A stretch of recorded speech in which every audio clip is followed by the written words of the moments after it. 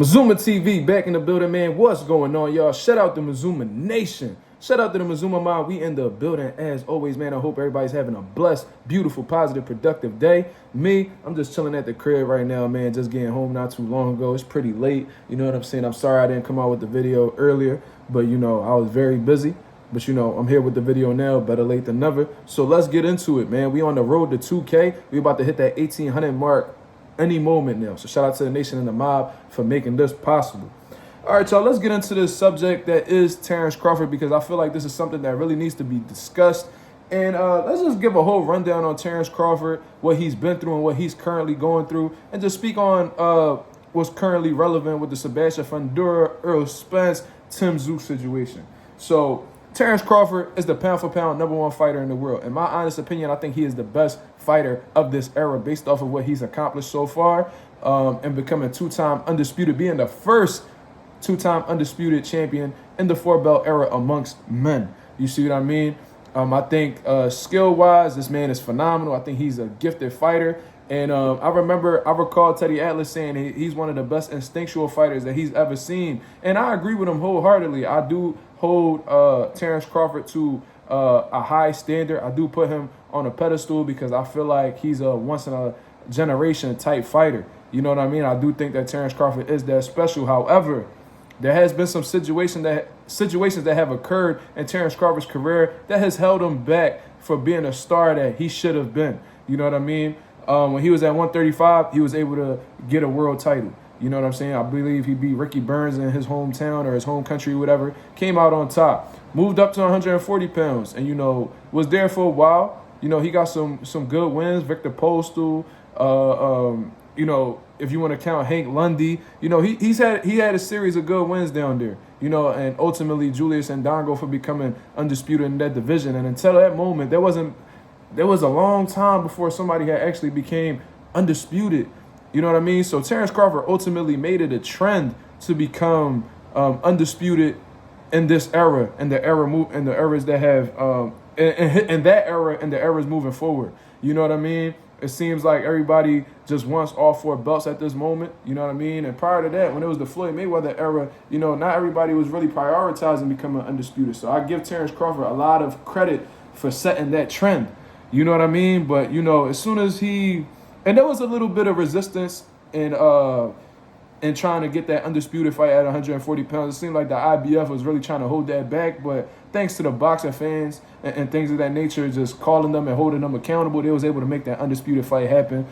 And, you know, it was the start of some legacy-defining things for Terence Crawford. You know, he started to become a first-ballot Hall of Famer from that point on. However, going into 147, it seems like he has faced a lot of trials, a lot of tribulations. You know, specifically when he was with Top Rank, you know, they had, you know, gave him a ceiling on his purses. You know what I mean? They wasn't able to get him the best fights possible while he was under that promotional banner. Now, do we throw that all on Top Rank? Absolutely not. I do think that PBC definitely played a part. And I think that whole side of the street, that other side of the street shit started with PBC. And I think that they was just trying to keep him away for as long as they could. And in all honesty, if we really talking about it, if it wasn't for Earl Spence's stubbornness and him being legacy-driven, you know, and having that competitive nature, I don't know if Terence Crawford would have ever gotten that opportunity to go over to PBC and become two-time undisputed, if we being honest. But, you know, going back to the Top Rank situation, you know, there was a big fight that Terence Crawford was looking for. It was a legacy-defining fight, and it was him going up against a legend that was Manny Pacquiao. You see what I mean? That was a fight that he was calling for a while. He made it clear that he wanted that fight, and he did everything in his power within himself to make it abundantly clear that that's what he wanted in front of him. I'm not going to chalk this up to Manny Pacquiao ducking him or anything like that, but at the same time, I'm not going to say that Terence Crawford was at the top of Manny Pacquiao's list, and I'm going to just leave it like that. You know what I mean? Who I ultimately blame for that fight not coming together was Bob Arum. You know what I mean? And if you watch that, some old interviews back from Bob Arum just talking about it, he made it clear that he did not allow that fight to happen because he was worried about the health of Manny Pacquiao going into that bout, which just lets you know that Bob Arum was under the impression that Terence Crawford could really, you know, dominate Manny Pacquiao and obviously hurt him. You see what I mean? So that was Bob Arum's take on the situation. He understood that, you know, it would have been an uphill battle for Manny Pacquiao. And for the best interest of the fighter that he currently had at that time, he decided to block that fight and ultimately cause that fight to not happen, which definitely hurt Terence Crawford at that point in time. You know what I'm saying? And, you know, like I said, PBC definitely was holding Terence Crawford away for as long as they could. You know, they felt like he wasn't signed to them. And, you know, PBC is the type that they like to keep things in-house. They like to keep all the money between each other. You know what I mean? They're not really fans of breaking bread between other promoters and stuff like that, although they have historically done it. Oscar De La Hoya has vented about his frustrations with, you know, trying to make fights happen and PBC not willing to do so. The big fights with those big money fighters that are with PBC, you know, Bob Arum has expressed the same thing. And that's just the program that they got going on over there, unfortunately. I also think Steven Espinoza and Showtime, who was involved with PBC at that time, had a part in that situation as well, because I remember them speaking about how, or alluding to the fact that Terence Crawford was hard to do business with. And like I said previously in this very video right here, if it wasn't for Earl Spence, you know, if it wasn't for Earl Spence taking a hold of his own career and ultimately calling the shots and, you know, not budging off of his square, then, you know, Earl Spence would have fought Keith Thurman and they would have continued moving on to 154. They would have never had made that fight with Terence Crawford. It was Earl Spence's willingness to take on that challenge and his willingness to become great and attempts to be great and attempts to become undisputed that fight was able to happen. You know what I mean? Steven Espinoza had expressed a lot of frustrations in the course of making that fight happen and things of that nature. So we got to thank Earl Spence for that. So I said all of that shit to say that, you know, Terence Crawford has been through some things at the 147-pound division, and ultimately the other side of the street shit was all an attempt to avoid Terence Crawford for as long as they could. But thanks to Earl Spence, Terence Crawford was able to overcome the odds that was set against him, a.k.a. politics. You know what I mean? And going into 154 pounds, there's already politics heading in Terence Crawford's direction. And although I am a huge fan of Terence Crawford, and I hope that he's able to overcome this second obstacle that's set in front of him at the junior middleweight division,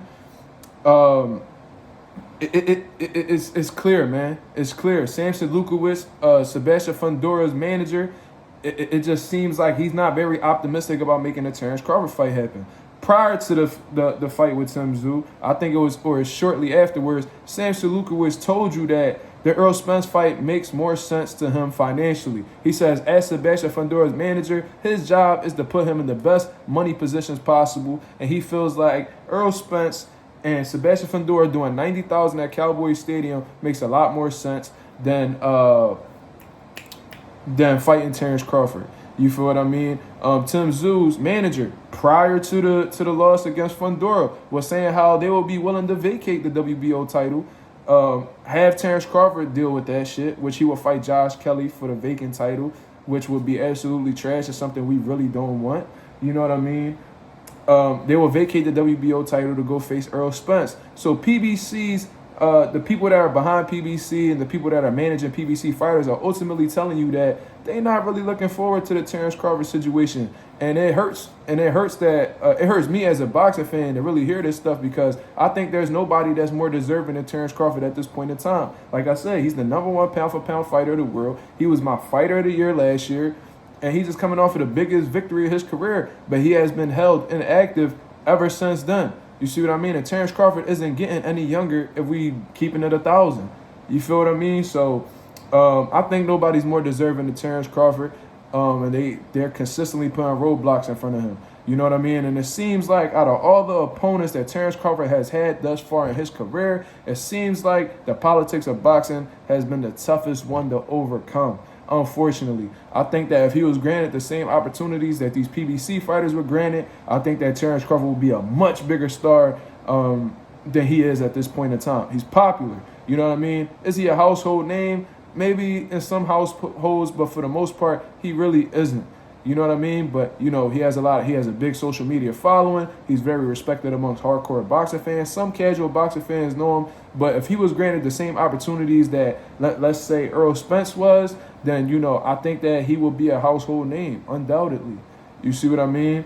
And I feel extremely bad for Terence Crawford. I hope that, you know, he's able to overcome this obstacle that's in front of him, because in all honesty, seems like Samson Lukowicz is entertaining two possibilities right now. He's either entertaining the possibility of fighting Errol Spence and having Fundora vacate the WBO title, or contemplating a rematch with Tim Tszyu. Now, I'm not really a fan of the Tim Tszyu fight in a rematch next. I know there's some people that are, but I thought that Sebastian Fundora won clearly. You know what I mean? I do think that the cut on Tim Tszyu's head played a factor. I do think that his horrible cut, man, played a factor as well. But, you know, it could be a rematch, but not right away. There's bigger fights that's in front of him that, you know, Fundora could take on that the fans will be a lot more excited about, which is Terence Crawford. You see what I mean? Also, you know, they're contemplating the idea, from what I've heard, Serhiy Bohachuk, who Sebastian Fundora was supposed to fight prior to taking on the last-minute fight with Tim Tszyu. You feel what I mean? So there's so many things that Sebastian Fundora can explore at this point in time. But it seems like his handlers, his managers, whatever the hell you want to call them, aren't really too enthusiastic or optimistic about the possibility of fighting Terence Crawford next. You know what I mean? Which is, you know, like I said, it's unfortunate that Terence Crawford has to continuously go through these things despite being a big name in the sport of boxing, despite being probably the most accomplished fighter of this current era. You know what I mean? It's sad that he has to go through this BS. You feel what I mean? I hope Terence Crawford, the WBO, I hope that Fundora has some nuts. You feel what I mean? And, you know, goes against his handler similar to what Errol Spence did. And be like, yo, I'm not vacating shit. Let's fight Terence Crawford next. Let's make this fucking fight happen. I hope that Fundora has this mentality, but if he's like a guy like Gervonta Davis, who lets his handlers just like steer the wheel and he just does the fighting, then, you know, Terence Crawford might fall short to the politics of boxing at 154 pounds. So it's unfortunate. You know, I think nobody's more deserving than Terence Crawford, but we just going to have to wait and see, man. It seems like the toughest opponent in Terence Crawford's career doesn't happen to be a fighter, but the politics that happen outside of the ring. So that's my opinion on the whole situation, man. Y'all let me know what y'all think about this here. This Mazuma TV. I'll be on live at between 11 to 11:30. Y'all be on the lookout for that one, man. But until then, I'm out of here. Y'all have a blessed night. Peace.